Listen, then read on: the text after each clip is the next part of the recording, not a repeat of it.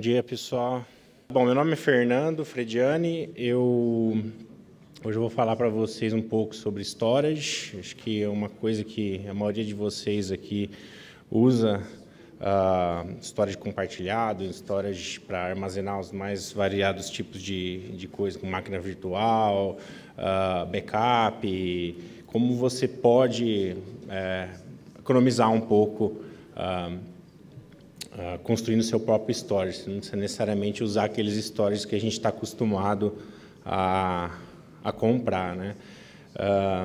Eu vim trabalhando nos últimos anos no mercado europeu, na área de data center, hosting, colocation, cloud, sempre na área de infraestrutura.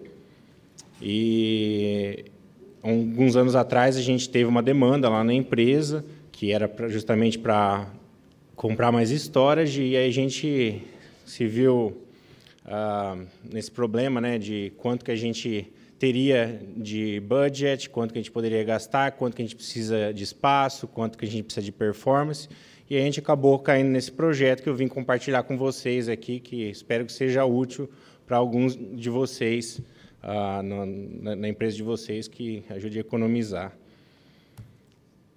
Então, aqui um pequeno disclaimer, né? Eu não tenho relação nenhuma com nenhum dos vendors que eu vou citar aqui hoje, não recebo absolutamente nada deles, eu cito eles como experiência, tudo isso que eu vou falar é baseado na minha própria experiência, nas minhas pesquisas que eu fiz, no desenvolvimento de produtos, de soluções, ao longo desses anos que eu vim trabalhando. E também eu não garanto que tudo isso vai funcionar, para mim funcionou, nunca tive nenhum problema sério com isso, mas também não posso, obviamente, me responsabilizar se alguma coisa acontecer devido ao uso dessas informações aqui. Então, por que construir seu próprio storage?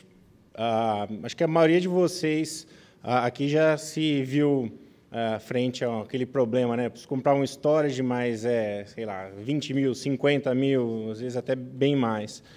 E é uma coisa que impacta significantemente o seu orçamento, né? Então, às vezes, a gente acaba dando aquele jeitinho de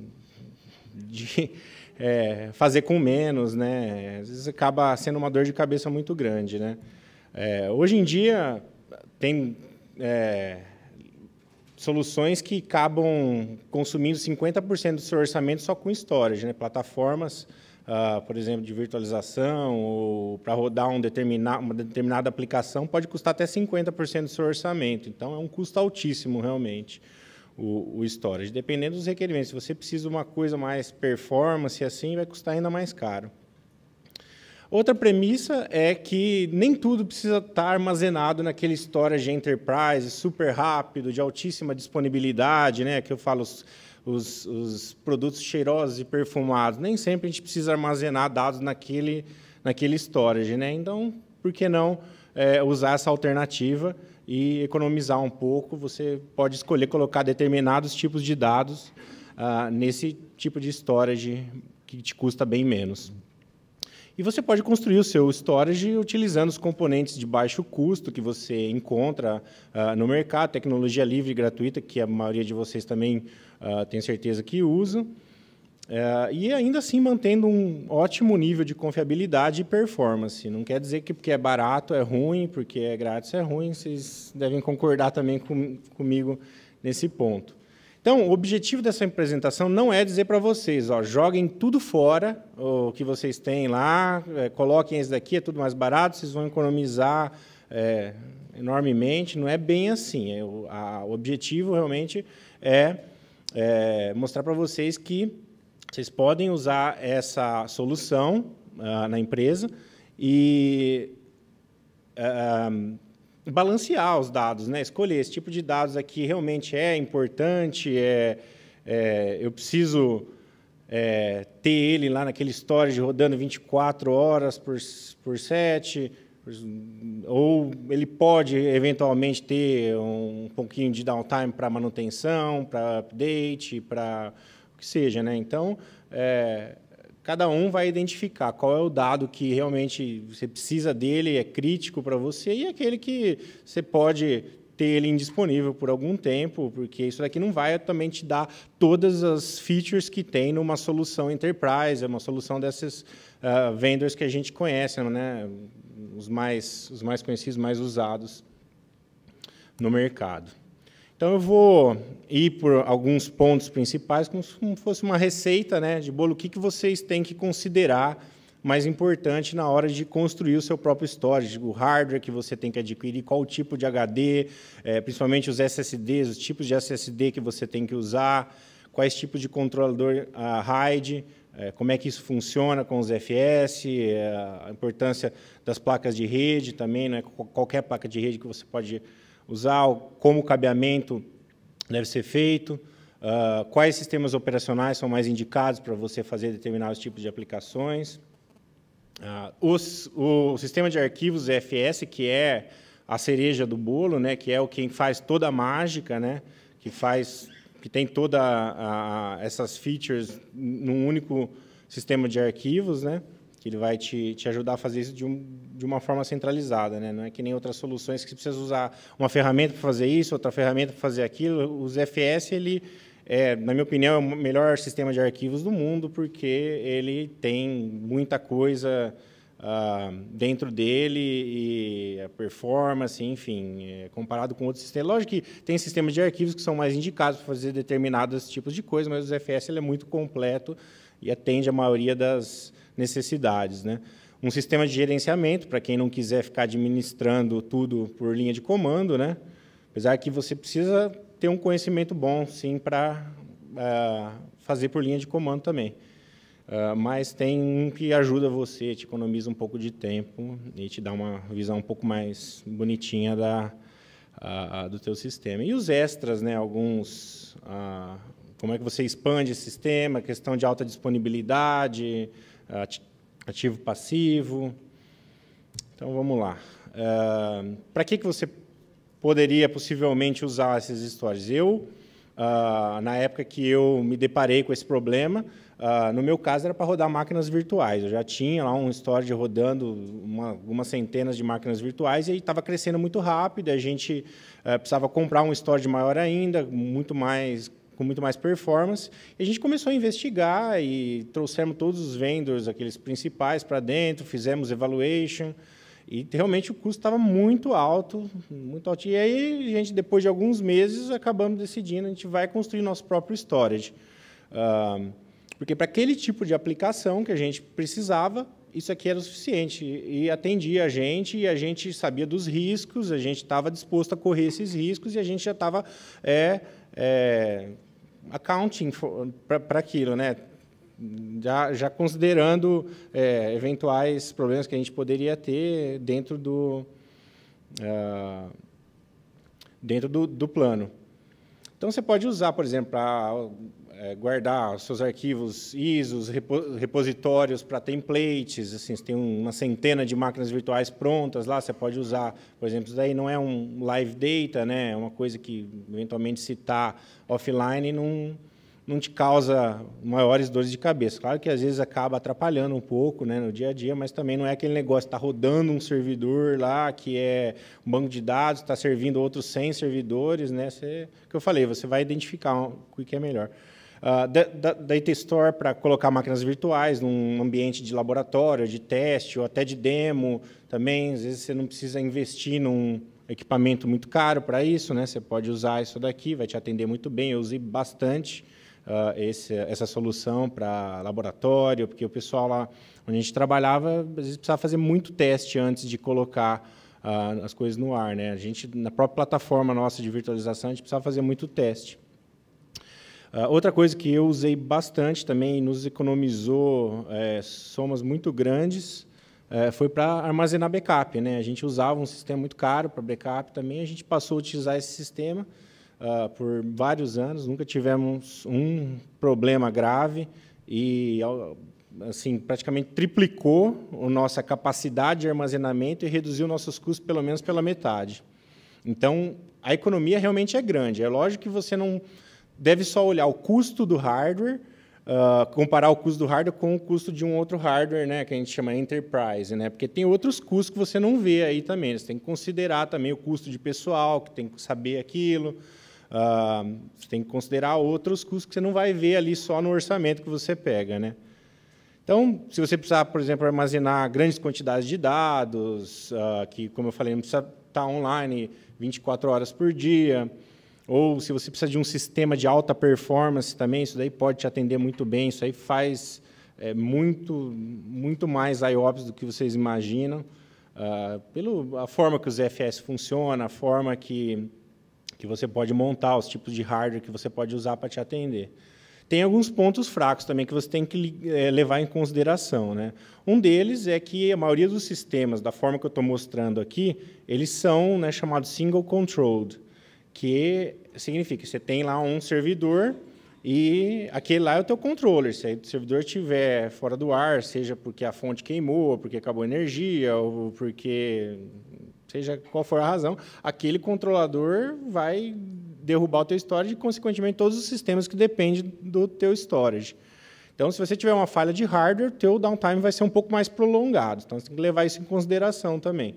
Como eu falei, precisa de um conhecimento um pouco mais especializado, porque você vai estar mexendo com Solaris, com os FS.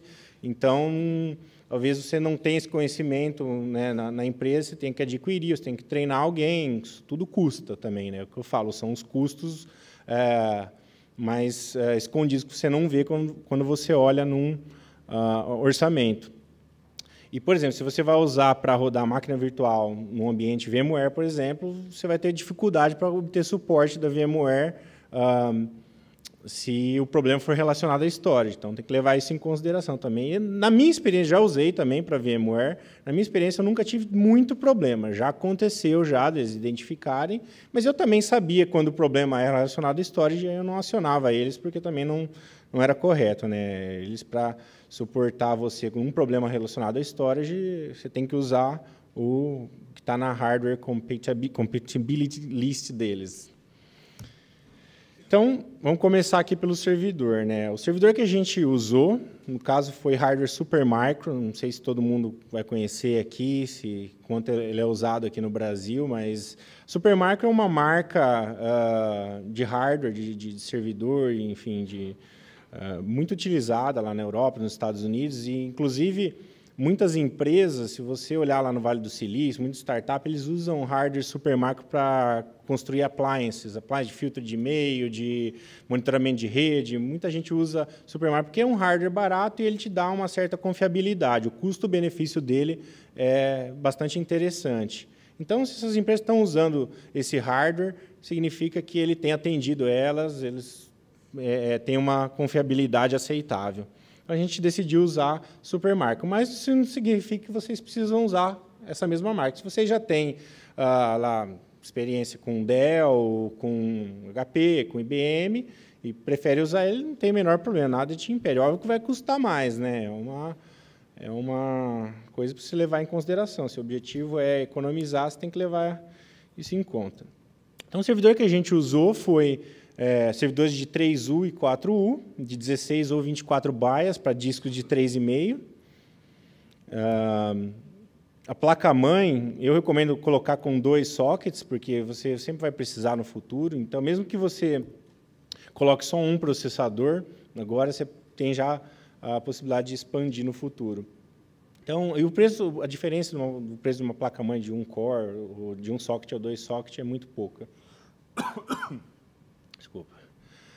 Então, para começar num ambiente pequeno, um processador de quad-core já é o suficiente. Você pode colocar 6-core, 8-core, hoje, dependendo do preço, às vezes é pouquíssima diferença, nada te impede de colocar mais CPU, mas pelo menos um quad-core seria necessário para uma plataforma desse tamanho que eu estou mostrando aqui. Um mínimo de 24, 32 GB de memória para fazer cache, né? Menos que isso, você vai começar a ter um pouquinho de problema, então coloca pelo menos isso de memória. Quanto mais você puder colocar, melhor. Eu vou explicar mais para frente a importância da memória, né? Que ela mantém em cache muito daquilo que é acessado mais frequentemente. Então, e hoje em dia o custo da memória tem caído bastante, então, se você puder colocar mais, não machuca. Você vai precisar de 2 discos de 2,5, né, internos para o sistema operacional. E aí você vai colocar ele, você vê aí que, nesse caso, aí no servidor, não tem local para você colocar na frente. Né? Então, aonde que eles entram? Ali onde está o CD-ROM. Você não vai comprar o servidor com o CD-ROM. Você vai colocar ali, tem um lugar para você colocar os discos, aí você vai conectar com os cabos lá, por dentro, e eles não vão ficar visíveis. Né? São discos pequenininhos, não precisa ser muito, 40 GB já é mais que o suficiente. Usa 2 fontes de alimentação, também é uma coisa muito barata que vai te precaver de um problema muito grande, né, de parar seu storage por causa de uma fonte que custa muito pouco.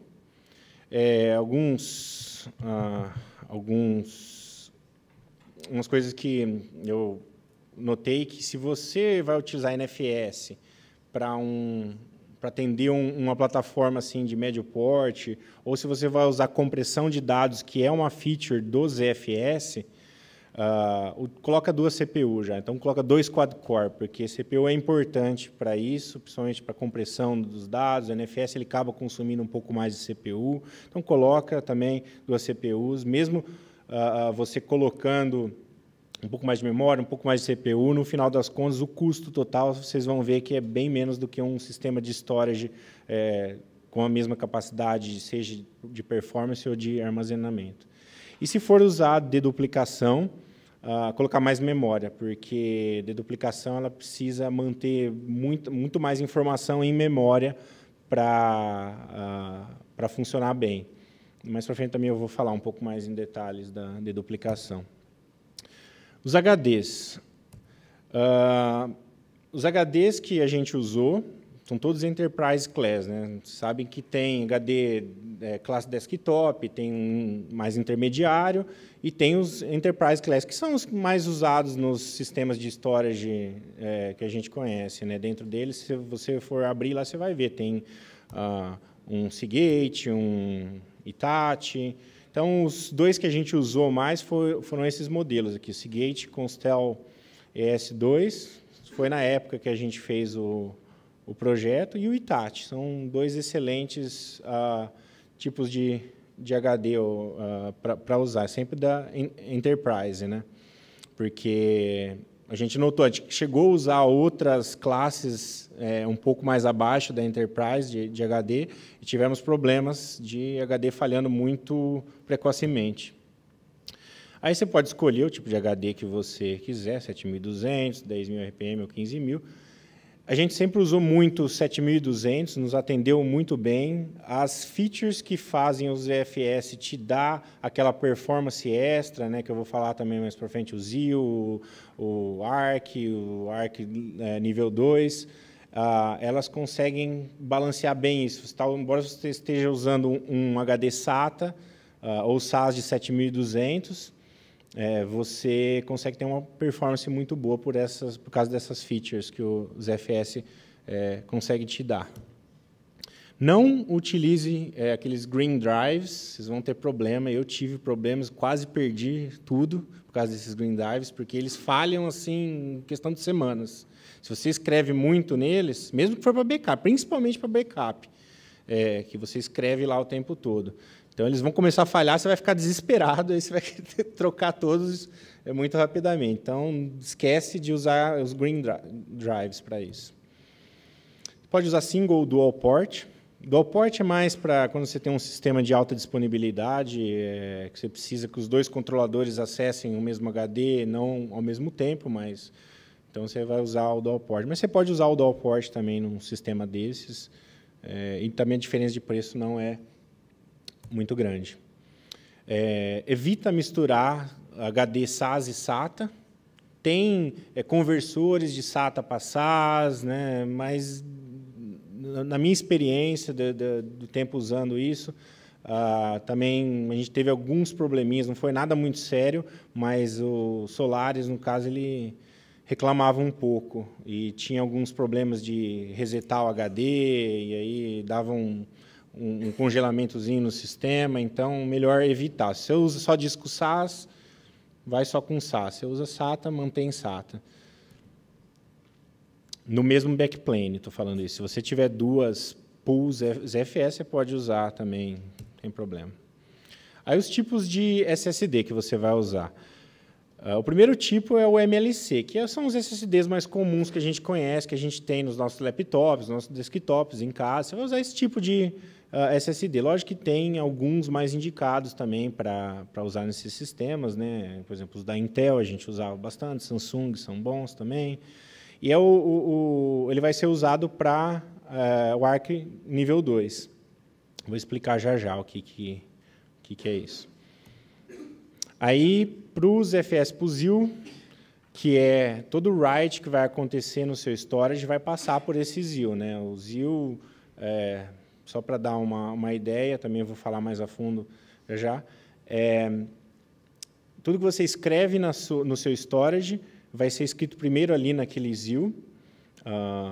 Ele escreve um log, né, transacional ali, e aí depois ele vai escrever na tua pool. Então, ele acaba te dando muito mais performance, porque ele vai escrever tudo ali no SSD, e aí ele vai juntar tudo aquilo que pode ter sido escrito de forma randômica e vai escrever na tua pool de maneira mais sequencial. Então, isso acaba te dando um pouco mais de performance também. E, para ZIL também, para um ambiente um pouco mais performático, você vai usar outros tipos de SSD que são baseados em memória RAM. Eles não são a mesma memória que os HDs SLC ou MLC usam. Ele é um HD de 3,5 normal, mas dentro dele ele tem como se fosse uma memória RAM. Então, a performance dele é altíssima, ele faz centenas de milhares de I/Os por segundo, e ele tem um flash também dentro, e um supercapacitor. Então, mesmo que você esteja escrevendo naquela RAM, lá, se acabar a energia, o supercapacitor vai pegar aquela informação que está na RAM e gravar na flash até a energia voltar e ele poder colocar na RAM do HD. Em grosso modo, é assim que funciona esse tipo de HD, mas ele tem uma performance. Os dois tipos mais conhecidos, assim, que o pessoal usa para construir esse tipo de storage, é a marca S-Tech, e o modelo chama Zeus RAM. E tem o DDR Drive também, que foi muito conhecido quando ele foi lançado, muita gente comprava. Eles são bem pequenos, são 4 GB, 8 GB, mas é o suficiente para o ZIL, não precisa mais do que isso, porque ele só precisa gravar ali 5, 10 segundos de write até ele poder gravar isso definitivamente na tua pool ZFS. Os controladores RAID, eles devem operar em modo JBOD, ou IT Mode, como é conhecido. Não precisa de nada especial nos controladores RAID, não precisa ser aqueles controladores caros, porque você não vai usar a maioria das funções daquele controlador. A única coisa que você vai usar ele para controlar os discos, para deixar o ZFS controlar os discos diretamente. Por isso que você precisa usar ele no modo JBOD.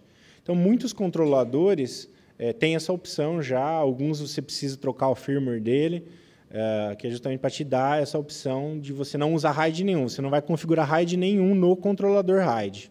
Você vai deixar ele passar essa informação direto para o sistema operacional e, consequentemente, para o ZFS. Obviamente, o controlador tem que ser bem suportado pelo sistema operacional. Tem alguns modelos que eu vou mostrar logo em seguida, que a gente utilizou, que é utilizado até hoje, embora já estejam provavelmente uns 4, 5 anos já velhos, de idade, né? Mas eles funcionam muito bem, bem estável, e tem uma performance muito boa também. E você não precisa usar também controlador com bateria, battery backup, que chama também. É uma coisa que geralmente custa mais caro. Na hora de você comprar, você não tem necessidade de utilizar isso, porque todo o backup da informação que você eventualmente não colocou na pool vai estar lá no seu ZIL, no seu SSD de write. Então, esse daqui é um tipo de controlador que a gente utilizou lá. É um da LSI, o modelo é 9211-8i. Então, esse daí é para ser usado num ambiente pequeno, numa máquina de 3U, 4U, e para você ligar somente os discos internos. Você vê que ele tem duas portas mini SAS, e você vai usar essas portas. A primeira você vai usar para ligar um cabo, que saem 4 outros cabos para ligar os dois do sistema operacional, um para o ARC de level 2 e outro para o ZIL. Nessa configuração menor. Numa configuração maior, ela vai ser um pouquinho diferente. E a outra porta, mini SAS, você vai utilizar para ligar no backplane do servidor, que é onde vai estar os seus discos, 16 ou 24 discos. E aí ele vai controlar os discos diretamente. Esse é um controlador bastante utilizado, né, até hoje, embora ele já tenha aí, provavelmente mais de 5 anos, desde quando ele foi lançado. A performance dele é muito boa, cada lane te dá aí mais de 6 gigabits. E ele pode controlar até 256 hard drives, que é bastante. Você pode encher um gabinete inteiro de HD com um único controlador. Geralmente as pessoas colocam mais controladores para melhorar ainda mais a performance, a latência, mas se você quiser, dá para ligar até 256 num único. Ele faz mais de 320 mil IOs por segundo, se você tiver HD suficiente para ele controlar. Esse outro controlador aqui é para você ligar a expansão, ligar outros JBOD, né, que seria um outro chassi cheio de disco, mas sem CPU, sem motherboard, sem nada. Ele passa direto o controle dos discos para esse controlador RAID aqui, que tem a porta externa, em vez de ter aquelas duas internas lá. É a mesma coisa, são duas portas SAS, o controlador é o mesmo, as especificações são as mesmas, esse controla mais discos, né, até 512, e a mesma performance.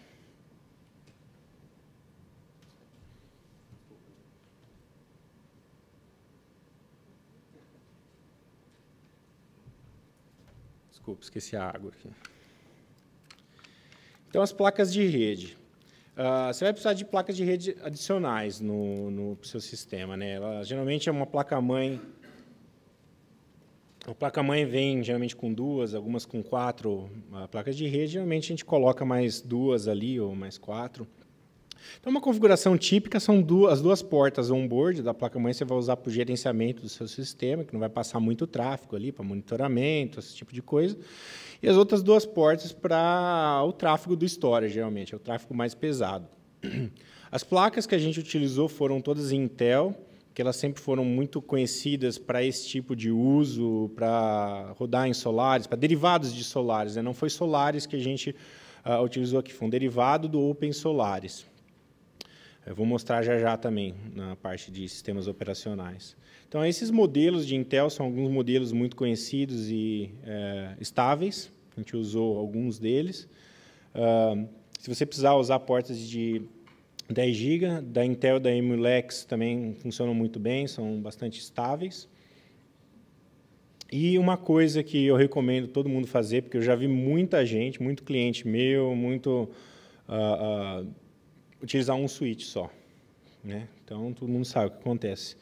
Quando usa um switch só, aí ele dá problema, né? Então, coloquem 2 switches, aí você liga uma placa de rede em cada switch, faz sua configuração, seja usando Port Channel, ou Ether Channel, ou IPMP, que é um similar com o Bonding Driver do Linux. Você pode ter ativo passivo. No Solaris chama IPMP. IP Multipath. O cabeamento. Como eu falei, está ali o controlador interno. Então, está vendo o cabo ali na esquerda? A gente tem o conector SAS, da porta SAS, que vai no controlador, e nós temos 4 portas ali. Então, elas vão para cada um dos HDs ali, os 2 para o sistema operacional, um para o ARC de level 2 e outro para o ZIL. Esses discos vão, como eu falei, dentro do computador, são internos. Tem várias formas de você colocar esses discos pequenos internos. Tem alguns que você vai dentro do slot do PCI, alguns pode, como eu falei, ir dentro do CD-ROM, lá você compra sem o CD-ROM, tem um slot que cabe 2 discos ali tranquilo. Você pode usar também para ligar os discos do sistema operacional às portas da placa-mãe, as portas SATA da placa-mãe, se você estiver usando o disco SATA para o sistema operacional. Só lembra de configurá-las em modo HCI. Tá? Isso é uma coisa que muita gente também tem problema, se não configurar em HCI, antes de instalar o sistema operacional. Viu? Esse daqui é o disco que você usa também internamente para ligar nesse mesmo controlador RAID e ligar no backplane do chassi. Então, você vê ali na primeira imagem, tem ele ligando no backplane e atrás desse backplane estão os discos. E a outra ponta você vai ligar na outra porta SAS. Então, ele vai controlar os 16 discos com esse único cabo. Aí. Sistemas operacionais. Sistemas operacionais que a gente usou sempre foram derivados de Solaris, né, do caso do Open Solaris. Então, tem vários hoje no mercado. Antigamente tinha o Open Solaris foi descontinuado pela Oracle, e aí um pessoal fez um fork daquilo e criou o kernel, né, do Illumos, e aí com esse kernel tem várias distribuições, que é o Open Indiana, o OmniOS, e tem o próprio Oracle Express, Solaris Express da Oracle, só que ele não pode ser usado para uso comercial, né? Então, você teria que, talvez, se fosse usar para uma coisa mais comercial, comprar a licença do Oracle, se você quer um pouco mais de licença para o seu sistema, suporte para o seu sistema operacional. Mas a gente usou muito o Open Indiana, né, que é o sucessor do Open Solaris, vamos dizer assim, que foi o fork, né, que o pessoal fez, e sempre funcionou, nos atendeu muito bem também.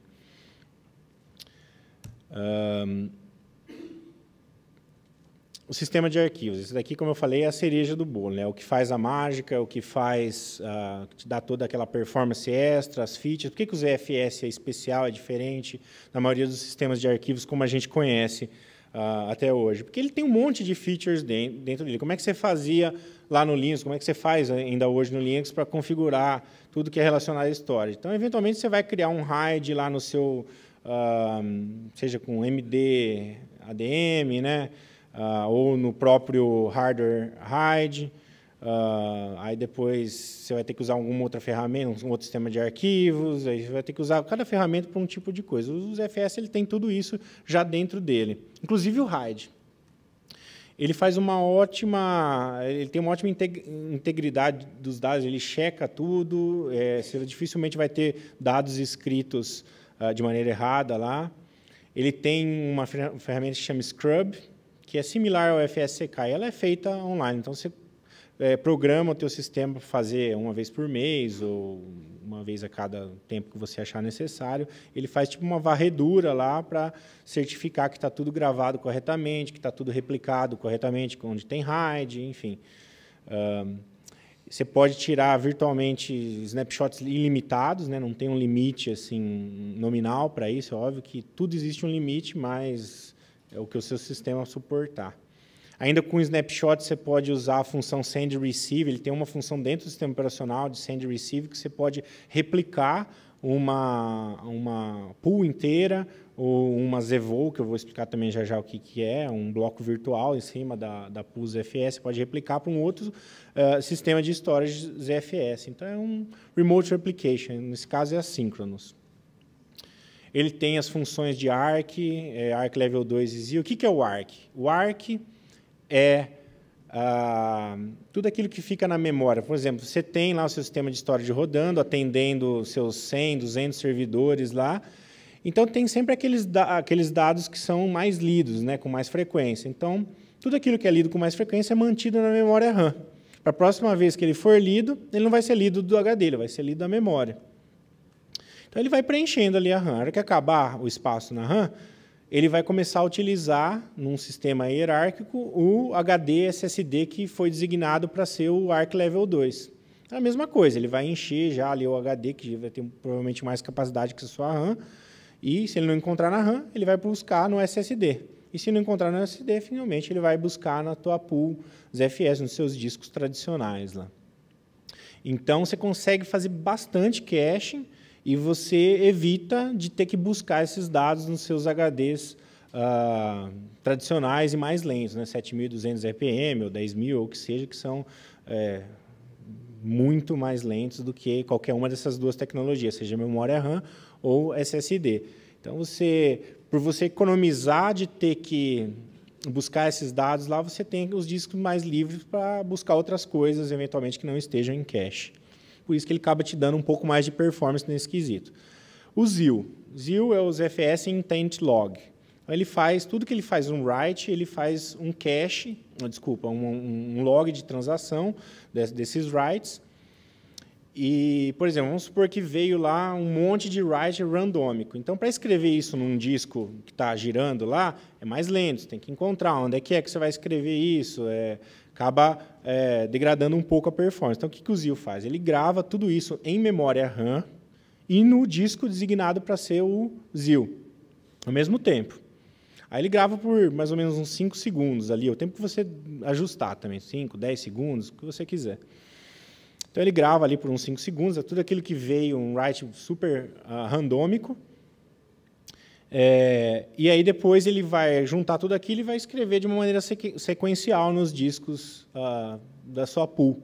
Então, ele vai te dar um pouco mais performance até na hora de fazer o write. Às vezes, você tem um write pequeno que cabe dentro dos 5 segundos, então você vai ter a performance de write, que é a mesma performance do seu SSD que você está utilizando para o ZIL. Então, isso pode também te dar... A maioria das pessoas, eu acredito que tenha problema de performance com write. Então, isso acaba te dando... Se você usar principalmente aqueles SSDs que são baseados em memória RAM, você tem centenas de milhares de I/Os ali, dependendo do modelo que você estiver usando para write. Lógico que se você tiver um write muito intenso, que passe dos 5 segundos, que enche o seu cache ali, ele vai começar a diminuir um pouquinho a performance, mas para coisa rápida, para Storm, assim, ele te ajuda bastante. O ZFS é um sistema de arquivos do modelo Copy and Write, né? Então, ele pega, ele vai mudar uma informação, ele não vai lá e escreve naquele mesmo bloco onde está a informação, ele vai pegar a informação, vai modificar ela e vai escrever num outro bloco. Isso tem vantagens e desvantagens, né? Por exemplo, os snapshots eles funcionam por causa disso, porque o sistema ZFS ele é um modelo copy and write, mas tem umas desvantagens, como, por exemplo, você não pode usar todo o espaço disponível 100%. Se você chegar ali perto dos 80%, você precisa aumentar a tua pool, senão você começa a ter problemas de performance. Ele tem deduplicação. Deduplicação é uma ferramenta ótima para alguns tipos de ambientes. Não use isso por padrão. Se você tem um ambiente, como, por exemplo, um ambiente que você hospeda lá 50 máquinas virtuais iguais para um sistema de VDI, de desktop, né? Então, a deduplicação vai fazer você ter só uma cópia daquilo, né? Você vai ter que armazenar 50 vezes aquilo, e a leitura vai ser feita sempre daqueles mesmos blocos no disco. E, consequentemente, vai ser armazenado em cache, e isso vai te dar uma performance fenomenal. Só que a deduplicação você precisa de mais memória, porque ele precisa manter um mapa dessa deduplicação em memória. Então, te custa mais. Tinha uma relação, eu não sei dizer com exatidão, mas era alguma coisa de, para cada terabyte de dados deduplicados, você tinha que ter, acho que, 3 GB de RAM. Não sei dizer, eu posso procurar se alguém se interessar depois, mas eu usei poucas vezes deduplicação. Geralmente, eu vi muitas pessoas usando sem saber o que é e tendo muitos problemas. Tem encriptação no próprio sistema operacional também, já é incluído dentro, se você precisar usar.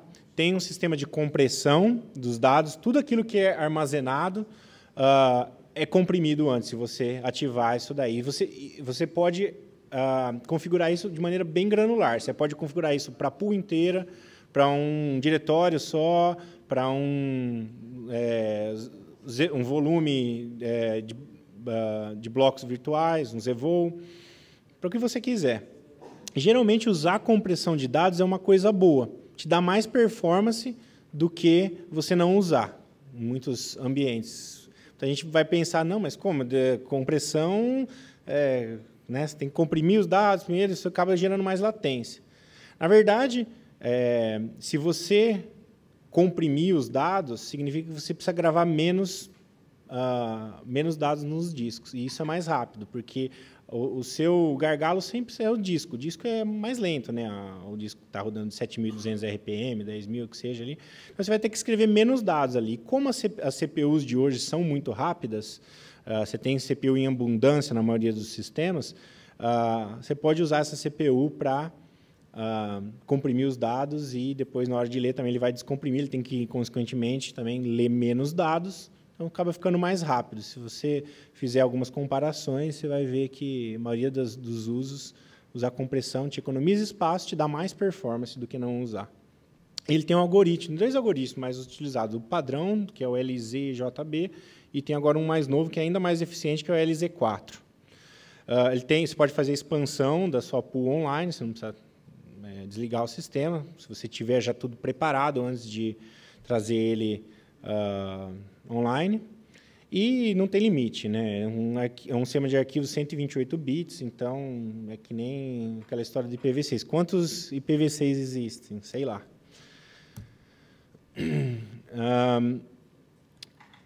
Uma pool ZFS ela é constituída de VDEVs.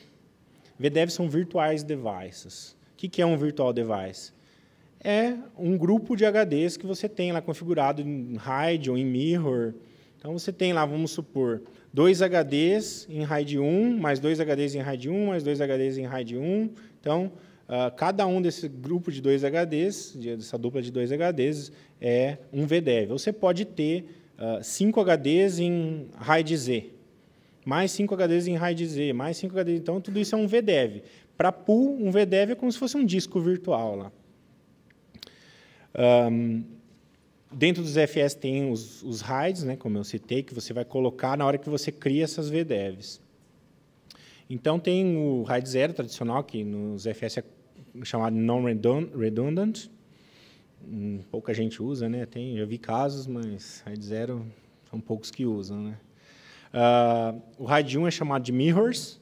Então, se você tiver, como eu falei, vários VDEVs no modo mirror, você vai ter, no final das contas, um RAID 10, né? Que são várias duplas, vai formar um RAID 10 lá. Então, vai te dar a performance. Vamos supor que você tem 20 discos em mirrors. Então, você vai ter um RAID 10 constituído de 10 VDEVs. Aí tem o RAID Z, que é o similar ao RAID 5. Então, isso aí é mais para um ambiente menor, assim, até uns 4 discos, assim, porque mais do que isso, você tem a possibilidade dos discos falharem. E aí, se são discos grandes, de 1, 2, 3 terabytes, o tempo de reconstruir esse disco demora bastante, aí, então, não recomendo usar mais do que 4 discos para RAID Z. O que eu mais usei foi o RAID Z2, que é o similar ao RAID Z, o RAID 6, e eu usava, em alguns ambientes, grupos de 6 discos. Então, eram 4 discos para dados e 2 discos para paridades, em RAID Z2. E tem também um que não existe assim no modelo tradicional de RAID, que é o RAID Z3, que é similar ao RAID 6, porém ele usa 3 discos para paridade, não 2. Em cima da pool, você pode criar algo que chama ZVOL, que é um block storage virtual. Que você vai usar para compartilhar SCSI, Fiber Channel, tudo aquilo que é block storage, que você precisa formatar com sistema de arquivos seus, né? Por exemplo, você compartilhar para um servidor SQL, vai formatar lá com NTFS, ou para um VMware, vai formatar como VMFS. E tem as shares, que são os diretórios que você cria em cima do sua pool, ZFS, que também é um sistema de arquivos, e aí você compartilha os CIFS, NFS, WebDAV, RSync, sempre em cima desses shares, ou desses diretórios. Para compartilhar um ZVOL com a SCSI, ou com Fiber Channel, ou outros métodos de block storage, você vai usar uma ferramenta do Solaris, ou dos derivados de Solaris, que é o Constar. Ele pode ser theme provision, então você não precisa alocar todos os blocos quando você cria os ZVOLs, isso ajuda bastante a questão de gerenciamento de espaço. O tamanho do bloco dentro daquele ZVOL também pode ser variável, você pode escolher se você está, talvez, colocando, por exemplo, um servidor de banco de dados que precisa ter um tamanho de bloco de 64K, você pode alinhar o seu ZVOL com aquilo de 64K também. Ou, se precisa de bloco menor, para cada uso, você pode ajustar isso. A compressão, como eu falei, tem os algoritmos, o LZJB e o LZ4, para melhorar a performance de tudo aquilo que você vai armazenar e te dá mais espaço também. Ele dá uma boa comprimida nos dados, sim. Você economiza bastante no espaço que você já tem ali na pool disponível. E a deduplicação, como eu falei, quem for usar com cuidado, procurar dar uma lida antes, pesquisar, entender como funciona, porque pode dar problema se simplesmente for ativada com um padrão. Os shares, que são os diretórios, que você vai criar em cima do sistema de arquivos, aí você vai configurar, vai exportar ele com um NFS, para um VMware, para um servidor, um grupo de servidores Linux, pode usar outras ferramentas também que ele tem disponível, WebDAV, RSync, etc. E as funcionalidades dele são similares ao ZVOL. Esse aqui é um sistema de gerenciamento, ele é gratuito, chama Napit. é algo que você instala em cima dos seus Solaris e ele te cria essa interface web e ele faz a maioria das coisas que você teria que fazer na linha de comando, ele te dá uma interface web, te ajuda bastante com isso, te dá uma vista. Não é nada fenomenal o design dele, né? Mas ajuda bastante isso daqui. A gente usava bastante isso, é gratuito, ele tem alguns módulos dele, algumas funções que são a pagamento, mas o custo é bem pequeno, vale a pena dar uma olhada no projeto. É um alemão que faz.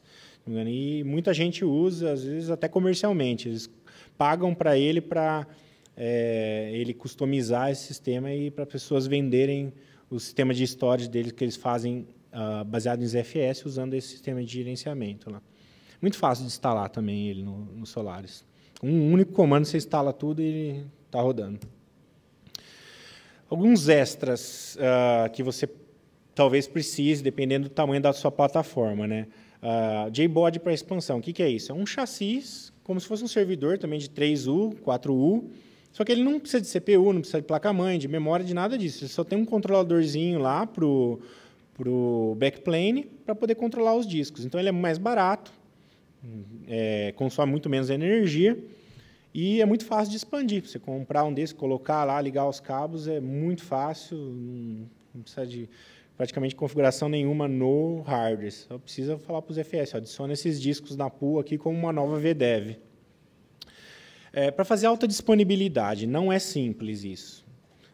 A solução que eu usei para ter alta disponibilidade, ou seja, ter 2 controladores controlando o mesmo grupo de discos de maneira ativa e passiva, foi uma solução comercial, também baseada em Open Solaris, uma solução que a gente comprou lá dos Estados Unidos, e funcionou, nos atendeu também. Agora, para você fazer isso com o OpenIndiana, com o sistema que você está utilizando ali, né, sem ter nenhum custo de suporte, nada, você pode fazer usando outras ferramentas. Tem um pessoal que está trabalhando em fazer, usando o Pacemaker ou Heartbeat no Solaris.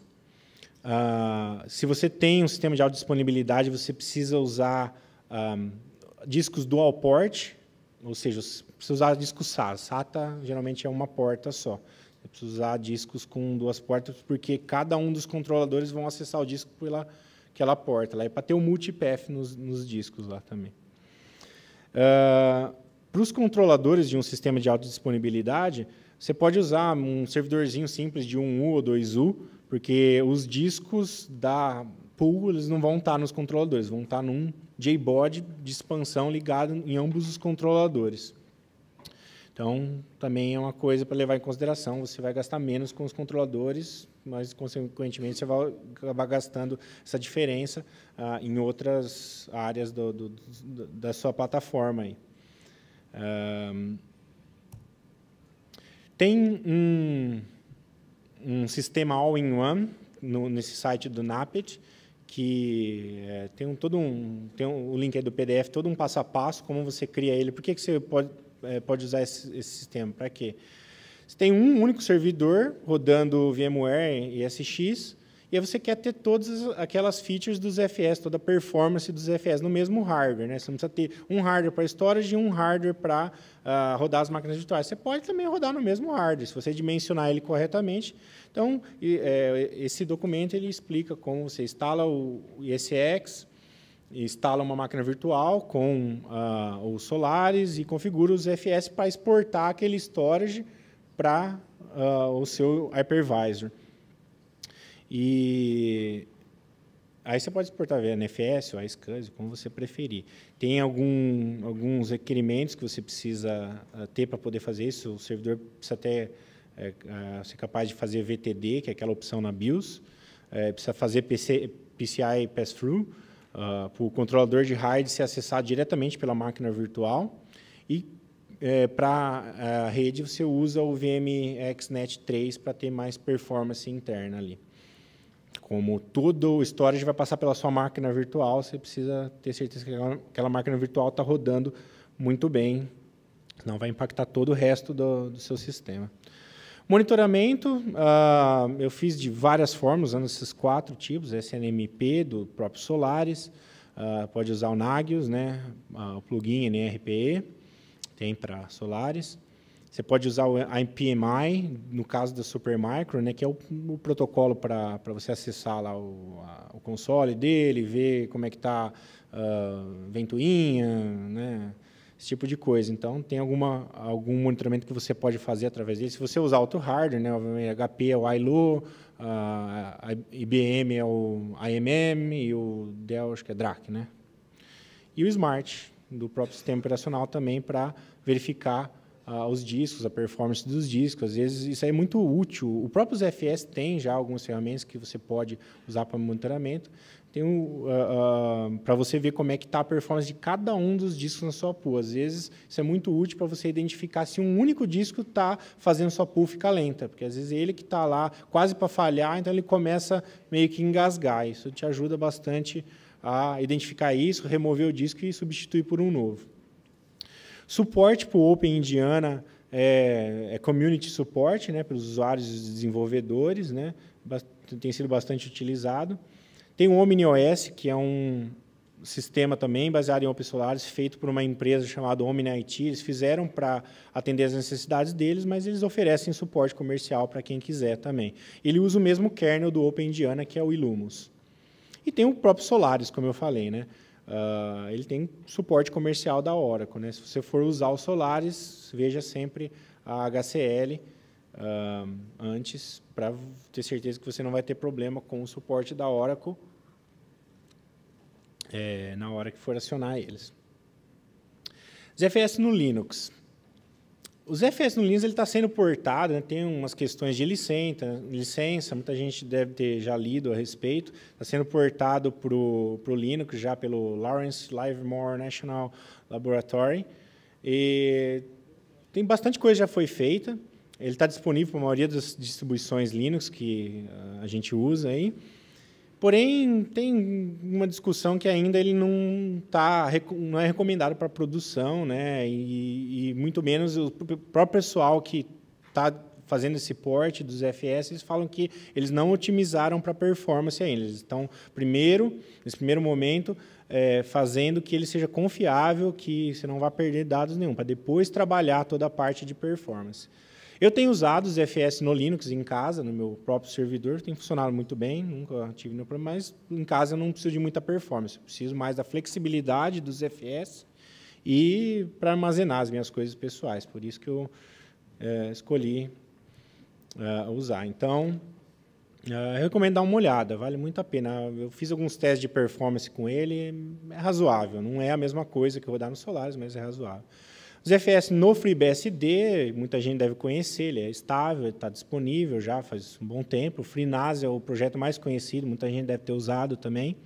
Ele pode rodar, inclusive, de um pendrive, né? Você pode até economizar de ter que usar disco para isso.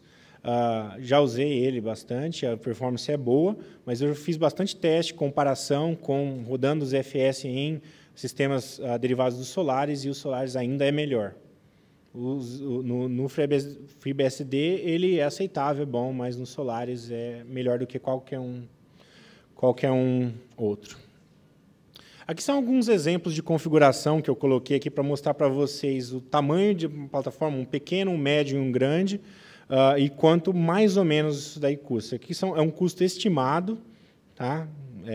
Mas dá para ver que é um custo bem menor do que você comprar uma plataforma daqueles vendors mais conhecidos, né, no mercado. Então, nesse primeiro exemplo, é um quad-core, tem 24 GB de RAM só, 16 HDs de 1 TB. Essa pool está configurada com 2 VDEVs em RAID 2. Ele tem só uma porta extra, dual port para o tráfego de storage, e tem um único controlador. Ele te dá, no final, 12 TB usável. Então, isso vai custar mais ou menos aí, em reais, uns R$25.000. Mas, como eu falei, é um valor muito aproximado. Cada um tem seus fornecedores, pode, às vezes, encontrar por mais ou menos do que isso. Eu dei uma pesquisada rápida esses dias. O valor inicial está em libras, porque quando eu fiz o projeto foi lá na Inglaterra, e é um valor bem baixo lá na Inglaterra, 4.100 libras, na época que a gente comprou. Isso aqui é um exemplo de médio porte, tem uma CPU de 6 cores, 96 GB de RAM, já é um valor mais significativo para cache. em 22 HDs de 2 terabytes, então já é um chassi de 4U.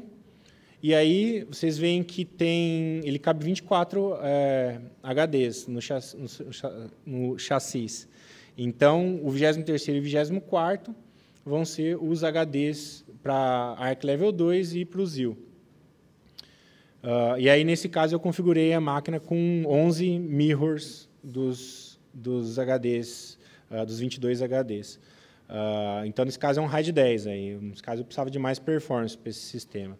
Então, aí, 22 terabytes usáveis, R$50 mil em média, mais ou menos. Esse aqui é um sistema maior já, tem 2 CPUs 6 cores, 192 GB de RAM, é bastante para cache.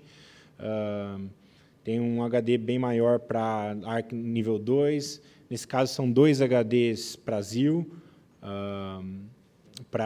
Não tem problema se o HD do ZIL ou do Arc Level 2 falhar. Não vai parar seu sistema. A única coisa é que vai perder performance, porque aí você não tem mais o ZIL, ele vai escrever direto nos seus HDs lá, né, e certificar que foi escrito para depois te liberar para vir mais escrito. Então, vai cair um pouco a performance. Então, você tendo 2 HDs, você evita um pouco de degradação ali. E o L2 Arc também é a mesma coisa. Se você perder ele, a única coisa que vai acontecer, ele vai procurar os dados ali no cache da RAM, não está lá, ele vai direto para o HD. Então, você não perde dados ali. A única coisa que ele tem ali são cópias dos dados que você tem no HD. Nesse caso aí, por exemplo, poderia ser um sistema de armazenamento de backup, porque eu configurei com RAID Z2, são 8 VDEVs de RAID V2. Então, é mais para armazenamento e não para performance. Aí, nesse caso, são 96 terabytes, são em torno de R$100 mil. Eu calculei e conversei com o fornecedor para ter uma ideia do preço aqui no Brasil. Mas, por exemplo, lá na Inglaterra, 24 mil libras não é um valor tão alto também para um sistema desse tamanho. Para finalizar, algumas recomendações, cheque sempre a Hardware Compatibility List do SO que você escolher. Tenha certeza que aquele controlador RAID, aquele HD que você está escolhendo para usar ali, foi usado, as pessoas recomendam, não tiveram nenhum problema. Mantenha sempre componentes reservas no seu data center. Você vai economizar muito construindo um sistema desses. Inclusive, você não vai ter que pagar suporte daqueles 4 horas de resposta e tal, que geralmente é muito caro. Então, tudo isso que você vai economizar, você pode comprar CPU extra, motherboard, principalmente controlador RAID. Isso é uma coisa praticamente obrigatória, que é uma coisa tão barata, e se parar o controlador RAID, vai parar tudo. Alguns discos, uns 2, 3, 5 discos, ali, dependendo do tamanho da tua plataforma. E os cabos que você vai precisar, se der problema. Coloca o máximo que der de RAM, né? Se você puder encher o que suporta a placa-mãe, coloca a RAM, que seu sistema vai manter o máximo, mais informação ainda em RAM. Usar um número razoável de VDEVs, não cria VDEVs muito grandes, assim, com 12 discos, 16 discos, que aí você não vai ter tanta performance. Como eu falei, dentro de uma pool, uma VDEV é como se fosse um disco. Então, é como se fosse um RAID 0 de VDEVs, né? Mas, na verdade, por baixo daquele tem toda a proteção do RAID. E se a pool chegar perto de 80% da capacidade, aumenta ela, porque senão você vai ter problema de performance. A performance começa a degradar. E just in time.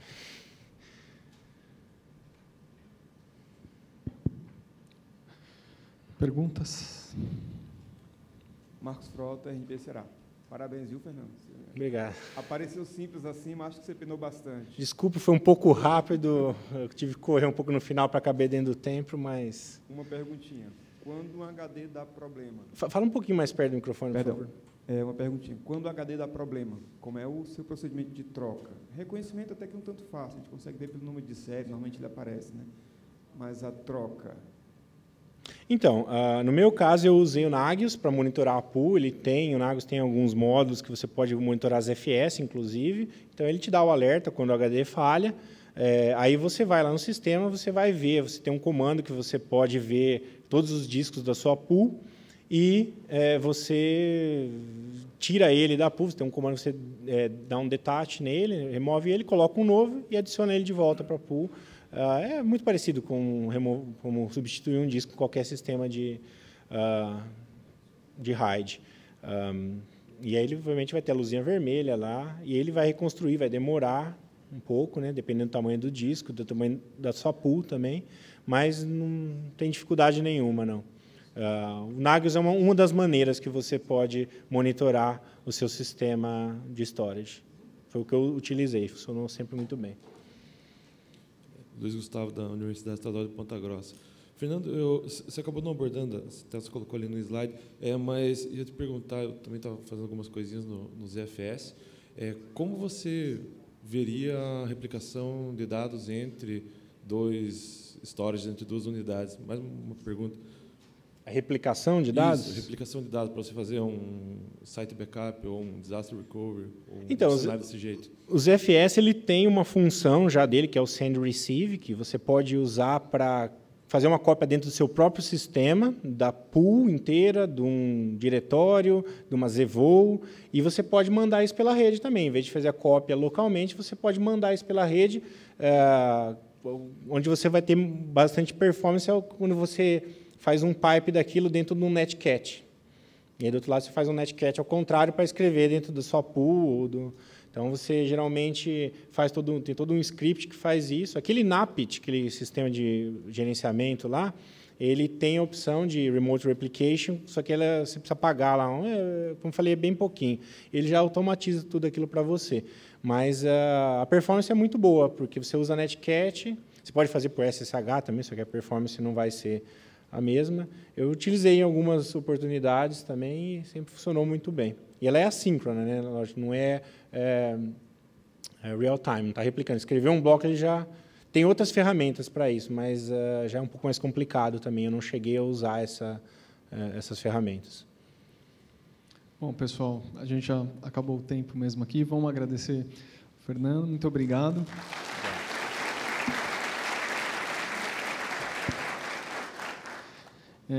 E a gente vai para o almoço agora.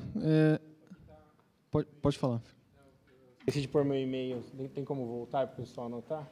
A apresentação está disponível, o pessoal vai poder baixar. Está lá na apresentação. Está no último slide. Tá. Bom, aí.